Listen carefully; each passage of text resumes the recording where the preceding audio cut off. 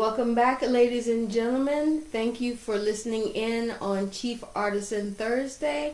We're in the studio today with Shannon McNeal Williams, and she's an author, a mom, and a whole assortment of things.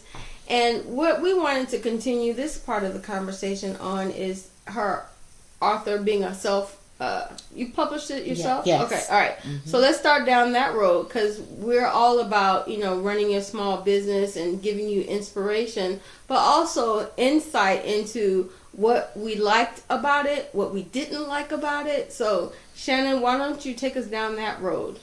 About the publishing? Uh-huh. Okay, so I did okay, the name of the book is Autism, A Journey of Faith and Hope.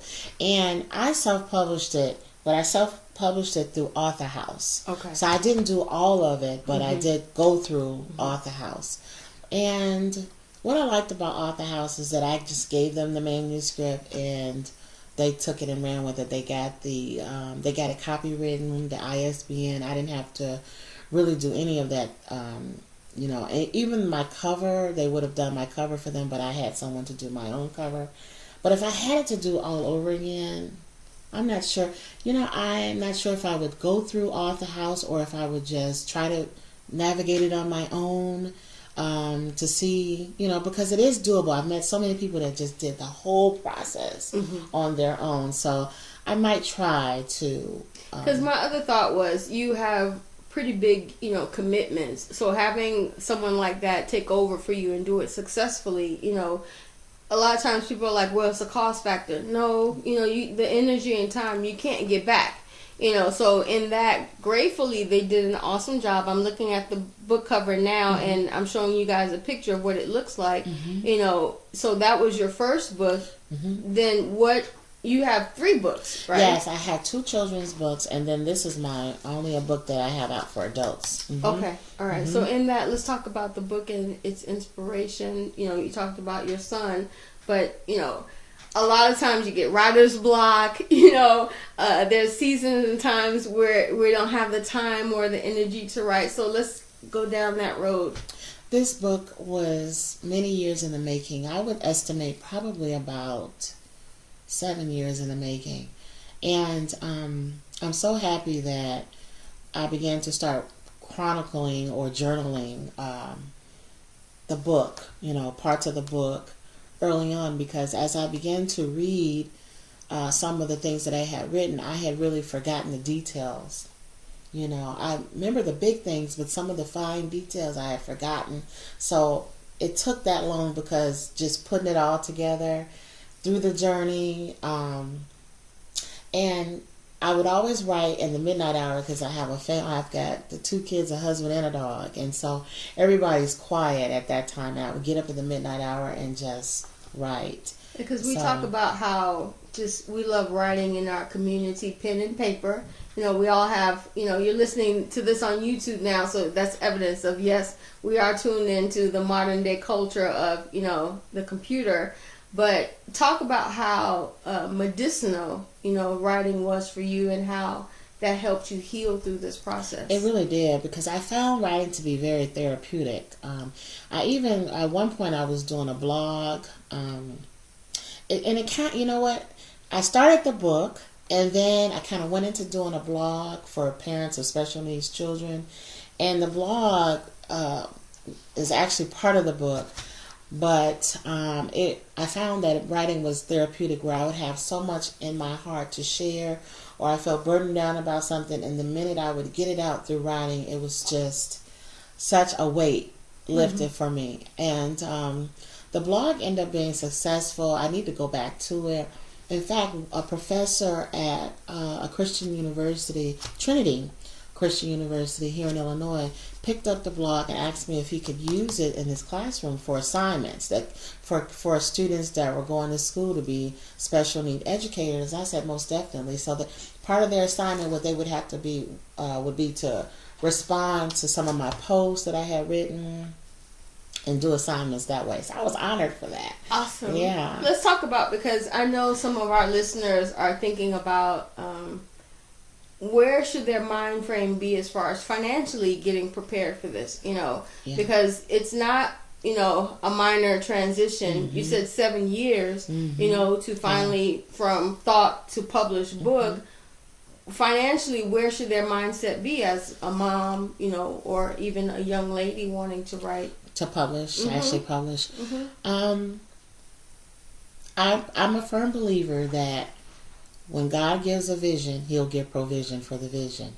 And so every time I went to publish, and that was each one of my books, and I went throughout the house for each one, the Lord made provision. And one of the provisions He did was they cut the price in half. It was a sale time for publishing.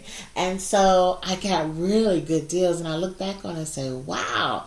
So I would say where God gives you the vision, He's going to make provision for you. He'll put someone in your path. Yes, it's good to start saving, and start looking at perusing prices and, kind of estimating. But in the end all of it, the Lord's going to make that way for you. Awesome. So let's go shopping in your mind for a second. Okay. Because I'm wanting to frame their mindset around, because we've had cosmetologists come in and say, when you're going through a transition, expect a year, worth. So, going to the shop is not an inexpensive thing when you're going back to the natural look. Yes. So let's go to the publishing shop. Okay. And let's load up our cart with what do we need first, and think about, where's the money going to come from for that? Let's load up the cart for this. Where's the money going to come from that? So can you take us down that? Okay. So if you go through like a self-publisher, they'll take care of everything that you need, because of course to get things copywritten and ISBN number, those things are going to cost money. So if you go through a company that self-publishes, it'll be a package deal that they give you. And normally the price could be anywhere from, I'd say maybe starting at like $1,300 up to several $1,000s, depending on what you want. For instance, you might want your book available on the Google sites. You might want it available at the Amazon sites. You might want an ebook available. So depending on what you want will depend on the price range. So kind of formulate what you want in your mind. Do you want them to do marketing for you? All of that. So you think about those issues, and you'll kind of know which route to take from there. Yeah, because even in my mind as a business administrator, I'm going, okay, $1,300, a summer job. By the end of the summer, your young adult can have a book written, and edited, because all of that has to come with it. And you as the parent can definitely, coach the child through what needs to be done, because they're still a minor, you're still under their care. But for me, I'm all about finding money for that next step, for college. So in that understanding, they can find out what their purpose is, and it can come out medicinally through a book. If you go that extra step of publishing, you can help other, young adults your age, male and female both, because we're all trying to find our way through this thing called life, in my perspective, So if I had to talk to my younger self, I would say, for that summer, instead of just, lying around, which we all have tons of summers to do that with, take a little bit of time to do that summer job and put away $1,500. So come the fall semester, you're looking at, okay, what am I going to go, my further studies? Am I going to go work, after graduating high school, take a year off, travel? Yes. That's my thing. Yes. I'm all about, a big advocate for traveling. I went to college right away, but I would say, if you know what, you want to take the time to figure some things out, go that route. So being a certified travel agent, let's go down there. You have unlimited budget, unlimited time. Where would you go? What would you do? And what do you feel would be your purpose? If I had unlimited time, unlimited budget, I would go a number of places. But for relaxation, I definitely would go somewhere like Puerto Rico or Hawaii. But I'm also a history buff. I love history. And so I like places like the South. Like I went to Natchez, Mississippi. People people say, you like Natchez? Yes, because I was able to go down there, do a little bit of family history research, also see some of the plantation homes. I love that kind of thing. I was gonna say we look forward to other interviews, in the near future, but definitely for the, I don't want to say anniversary, but Hurricane Katrina hit us in 2005. Yes. And this fall we're going to be going back through the South, because it did go through Haiti. Mm-hmm. I'm going to be spending some time there to see what does the restoration look like.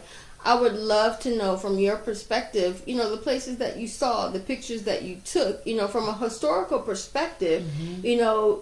We need to remind people that, yes, it was a Category 5 devastating experience, and even the mayor of New Orleans went to jail as a result of his inability to govern his state.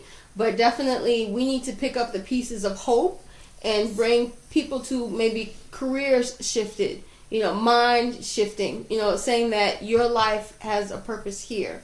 So I know I can talk too much when it talks about travel, but let's start wrapping this interview up. If people have heard something from you that they want to talk more about, where do they reach you and where can they get in contact with you? They can reach me by phone, 708-824-PRAY, P-R-A-Y, or by email, faith, F-A-I-T-H, the letter N, the word hope, the number 2, and the word day, at AOL.com.